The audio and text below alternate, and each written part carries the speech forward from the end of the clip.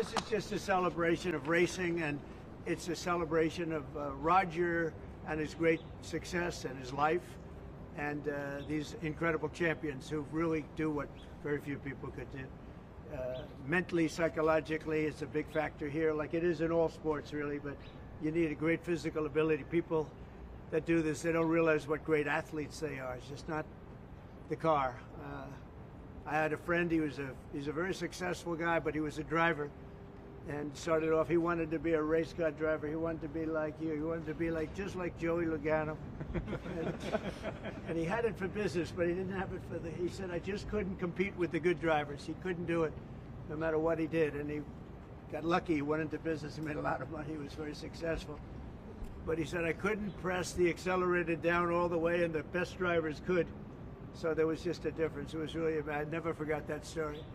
But these are great champions, and it's a great sport. And what you've done in Indianapolis also with the track and everything has been incredible. I mean, it's really incredible. People tell me it's been amazing. I'll have to get there. I'm going to have to get there maybe this year with you. But open invitation. Well, thank you very much. Thank you. We did Daytona. We went around the track in the Beast, what's called the Beast, with the thick windows and the whole thing. And you're not supposed to hear anything, but I heard the fans. They were going crazy outside. So it was a great honor. So I just wanted to welcome them to the White House, a special place, very, very special place. And we love champions, and these are the greatest champions in the world. These are the greatest champions in racing, and it's an honor to have you all. And thank you very much, all of you. Thank you very much. I wouldn't ride in that thing if you paid me. How fast will that go? 240 plus. 240? Yeah. That's unbelievable. That's a weapon. Two-time winner of the Indianapolis 500, consecutively, right? Yes, sir. So what the hell are you doing? What do you eat? A lot of milk. Drinking a lot of milk, hopefully. Okay, I'm going to take some. And that one is pure speed and endurance, right? Correct, sir. Speed and endurance. Is that car a very different car than, let's say, this one? Very different? Very different. Very different. Yeah. Made for... You gotta last so many hours. Right. And we all share the car, so three drivers. Totally different engine. Different engine. Everything's different. Everything. And you'll go, is it 24 hours? Yeah. That's a long time. And that car just, there's no let up, it's just constant, right? That's fantastic. Congratulations. That's endurance. Endurance is a big factor in life and success, I can tell you. So you guys have it. Well, thank you very much. Would you like to ask Roger or any of these champions any questions while we're here? President, I have a question for you. Yeah. You started the morning saying be cool, and then just a cool. few hours later, there was a pause put in on the tariffs. Can you walk us through your thinking about why you decided to put a 90-day pause? Well, I thought that people were jumping a little bit out of line. They were getting yippy, you know? They were getting a little bit yippy, a little bit afraid, unlike these champions, because we have a big job to do. No other president would have done what I did. No other president. I know the presidents, they wouldn't have done it. And it had to be done. What was happening to us on trade, not only with, you know, if you look at it, not only with China, but China was by far the biggest abuser in history, and others also, but somebody had to do it. They had to stop because it was not sustainable. Last year, China made $1 trillion off trade with the United States. That's not right. And now I've reversed it. It's for a short period of time, but we made $2 billion. We're making now $2 billion a day. And somebody had to do it. Roger actually said it. Charles Schwab was here a little while ago, one of the great financial people, and he said he's been waiting for 40 years for somebody to do what I did over the last month. And if you didn't do it, you wouldn't have a country. It wouldn't be sustainable. So I'm honored to have done it. And, you know, look, nothing's over yet, but we have a tremendous amount of spirit from other countries, including China. China wants to make a deal. They just don't know how quite to go about it. You know, it's one of those things they don't know how quite. They're proud people. And President Xi's a proud man. I know him very well. And they don't know quite how to go about it, but they'll figure it out. They're in the process of figuring it out, but they want to make a deal. And we have many other countries, as you know, many more than 75. and they all want to come, and they want to come here, or they'll go to Commerce, or they'll go to Treasury. We have our great senators here and congressmen. They'll call John, they'll do somebody, they'll go through somebody, but they're all calling, how do we do this? They all want to make a deal. Somebody had to do what we did, and I did a 90-day pause for the people that didn't retaliate, because I told them if you retaliate, we're going to double it. And that's what I did with China, because they did retaliate. So we'll see how it all works out. I think it's going to work out amazing. I think that our country is going to be at the end of a year or shorter, but I think we're going to have something that nobody would have dreamt possible. A man like Roger Penske, I don't want to get him in trouble with China, so I won't, but he would know that you have to, someday you have to cut the bow and you have to do what you have to do, right, Roger?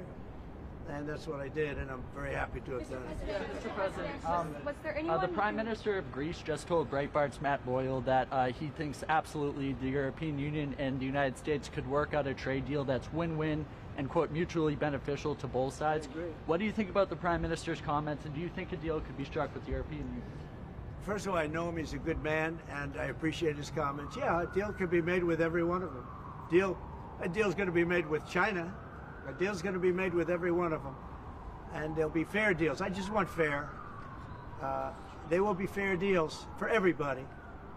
But they weren't fair to the United States. They were sucking us dry, and you can't do that. You know, we have $36 trillion of debt for a reason. We don't have it there for fun. They have it for a reason. And people took advantage of our country, and they ripped us off for decades. I've been thinking about this for decades. If you ever saw me on television, I was young like these guys. And it was the good old days, I'll tell you, Roger. But I was like these guys, young, and I was talking about it. Nothing changed, and nothing was done about it. Then I did it. In my first term, I did it, and did it well. We took in hundreds of billions of dollars from China and others, and I started the process, but then we had to fix up from the COVID mess caused by China. We had to fix up from that, and we did a good job of doing it. And when we handed back the reins after a rigged election, and when we handed back the reins, the stock market was higher than it was before COVID coming in. So, you know, we did a great job, but we didn't have time to do the big thing, which we're doing now. And it's, you know, it's like a patient is sick, you have to do surgery. Patient is very, very sick. And Joe Biden handed us over a country that was in very serious trouble, economically and in every other way. They let China run away with things. They let other countries run away with things. And maybe worst of all, in a certain way, is what they did at the border. We had people pouring into our country by the millions. Many of them were murderers and drug lords and thieves and people from prisons from all over the world. And there were people from mental institutions, insane asylums. They were taking their mentally insane, and they were dumping them into our country.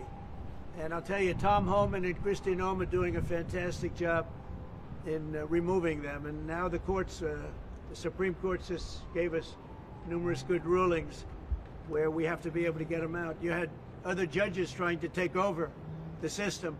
And think of it, they take over, they want these people coming back, Tren de Aragua from Venezuela, the Venezuela jails that cut off the fingers of a man in Colorado. They cut off his fingers because he called the police looking for help. They said, "Did you call the police?" He said, "Yes, I did." "Put your hand down," and they cut off the fingers. This is what they want to bring these people back now. And I want to thank the president of El Salvador for the job he's done, because that is, that's the way it has to be done. And it's too bad. Yeah, please. Chuck Schumer and Nancy Pelosi, they've been talking about tariffs for decades. How come when these Democrat elites want tariffs, everything's hunky-dory, but when President Trump wants tariffs, all hell breaks loose? Do you see this double standard? I love this guy, whoever the hell that is. That's really nice. I appreciate that question. No, Chuck Schumer, Nancy Pelosi, everybody knew you had to do it, but they never had the guts to do it. It does take guts. It even takes guts for our country to go through it. That's why I say be cool. They were saying about, see, just be cool. It's going to work out. It's going to work out, and it's working out. I can tell you, working out maybe faster than I thought. But I said it's going to take a little conditioning. It's a transition to. It's really, I think it's a transition to greatness. It's going to be greatness.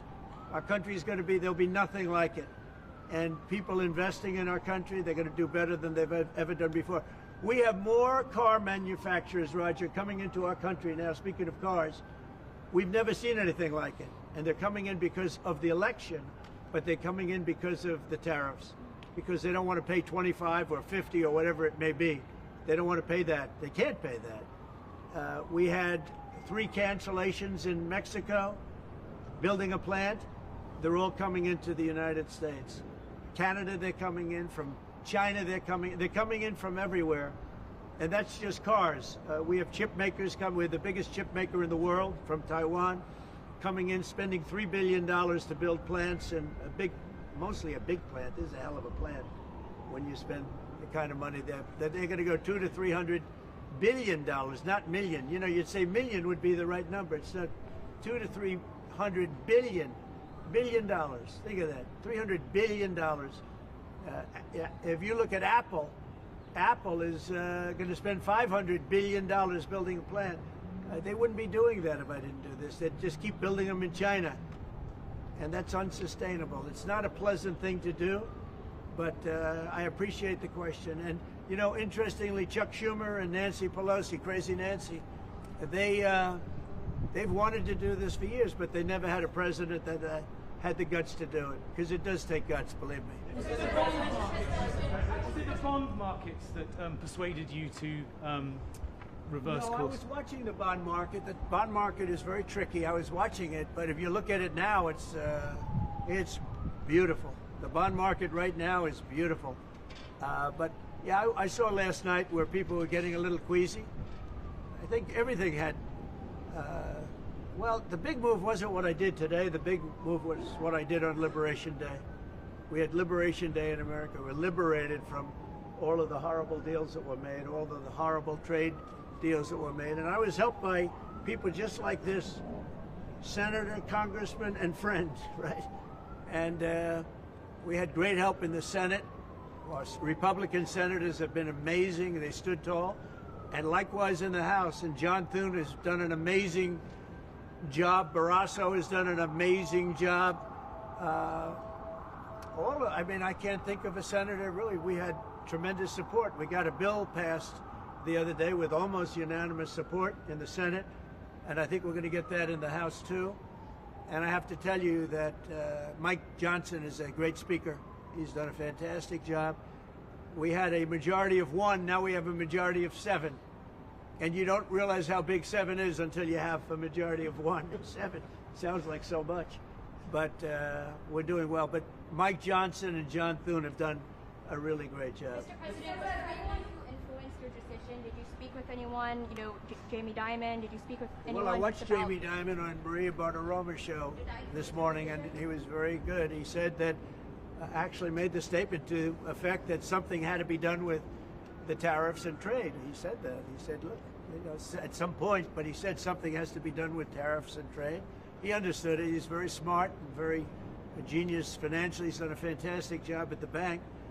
And he knows that. Everybody knows that. Anybody that's even a little bit smart knows it. It wasn't sustainable what was happening. Somebody had to pull the trigger. I was willing to pull the trigger. This should have been done long ago. Just like Biden should have stopped the border long ago. I mean, allowed 21 million people plus into our country, many of whom should never have been allowed out of prisons and jails. They came out of prisons and jails from all over the world, and now we're getting them out, bringing them back to their countries. But it's should have never been done. Where does the takeoff decision stand? Yeah, go ahead, please. Sir, would you consider exempting some U.S. companies, maybe some larger companies who have been hit hard in the markets the last few days during this 90 days? As time goes by, we're going to take a look at it. There are some that have been hard. There are some that, by the nature of the company, get hit a little bit harder, and we'll take a look at that. Yeah. How do you determine that over the next 90 days? Just instinctively, more than anything else. I mean, you almost can't take a pencil to paper.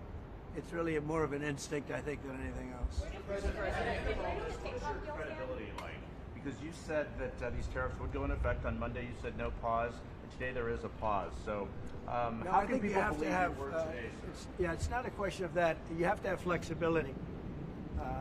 I could say, here's a wall, and I'm going to go through that wall. I'm going to go through it no matter what. And keep going and you can't go through the wall. Sometimes you have to be able to go under the wall, around the wall, or over the wall. These guys know that better than anybody, right? You got to go around them sometimes. You're not going to go through them. So I consider, you know, I think in financial markets, because they change. Look how much it changed today. We went from, you know, pretty moderate today, but over the last few days it looked pretty glum, to, I guess they say it was the biggest day in financial history. That's a pretty big change. And I think the word would be flexible. You have to be flexible. Like he's asking the question about some companies. Some companies, through no fault of their own, they happen to be in an industry that is more affected by these things than others. You have to be able to show a little flexibility. And I'm able to do that. I'm going to say hello to these champions because they are great champions. I got to say hello.